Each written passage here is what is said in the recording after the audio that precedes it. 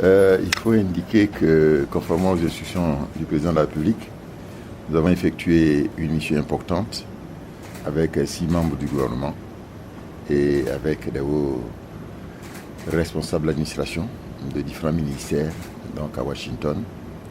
Nous sommes restés donc du 6 au 10 octobre dernier. Ce que je peux dire, c'est que concernant notamment le Fonds monétaire international, nous avons pu arriver à un accord avec cette institution.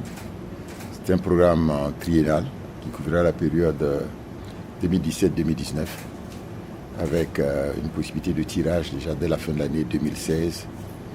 C'était une discussion qui était un peu longue parce que la Côte d'Ivoire souhaitait avoir des financements qui accompagnent ce programme compte tenu de l'importance donc des discussions et des réformes qui devaient être faites. Et au final, donc, nous sommes arrivés à un accord. Il va y avoir un communiqué donc, qui va être fait par le Fonds monétaire international dès le mardi, parce que aujourd'hui c'est lundi, c'est jour férié, Columbus Day, donc aux États-Unis. Donc c'est le mardi que le communiqué donc, va passer. Alors concernant le groupe de la Banque mondiale, il y a des avancées aussi importantes. Vous savez qu'à Paris, lors du groupe consultatif, ils avaient annoncé 5 milliards de dollars.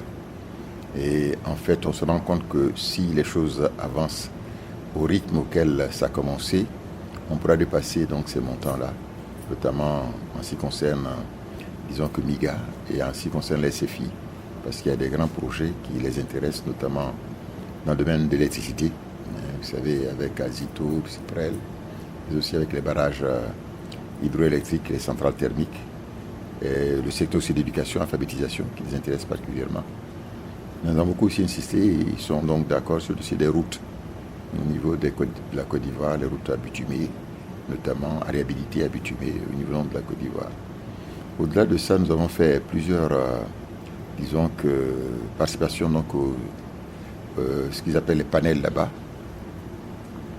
L'un des panels a concerné le secteur de la petite enfance, un autre a concerné le secteur donc du climat. Vous savez, après la COP 21 à Paris, il va y avoir la COP 22 à Marrakech. Il faut voir les solutions non pratiques et le ministre en charge donc, de l'environnement avec le ministre de l'Agriculture pour voir un peu la suite donc, de ce dossier donc, important. Il y a eu aussi 2 panels importants sur le secteur privé, dont l'un particulièrement avec la SFI et l'autre avec le groupe MCC américain et l'OCDE, où les 2 responsables, Madame, disons que Diana Hyde, outil donc du MCC, et Monsieur Angel Gouria de l'OCDE étaient là pour vraiment indiquer à quel point la Côte d'Ivoire a fait des efforts très importants, que c'est un pays où il fait bon investir, etc. Peut-être pour finir, je manquerai de mentionner que nous sommes allés voir les gens de Mars, la société Mars de Choucatri. C'est une société familiale mais d'importance internationale. Leur chiffre d'affaires est de 33 milliards de dollars. Donc ça fait le produit intérieur brut du sein de nos pays. Ça veut dire que c'est vraiment important. Et après de longues discussions, nous sommes entendus.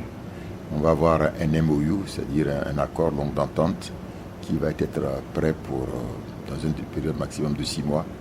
Et il devait permettre donc à la société de s'implanter en Côte d'Ivoire et ce sera une excellente chose. Vous savez qu'il y a eu de longues discussions pour la transformation du cacao en Côte d'Ivoire. Et je pense qu'à la fin déjà de l'année, on va signer des conventions avec les sociétés qui seront déjà en place.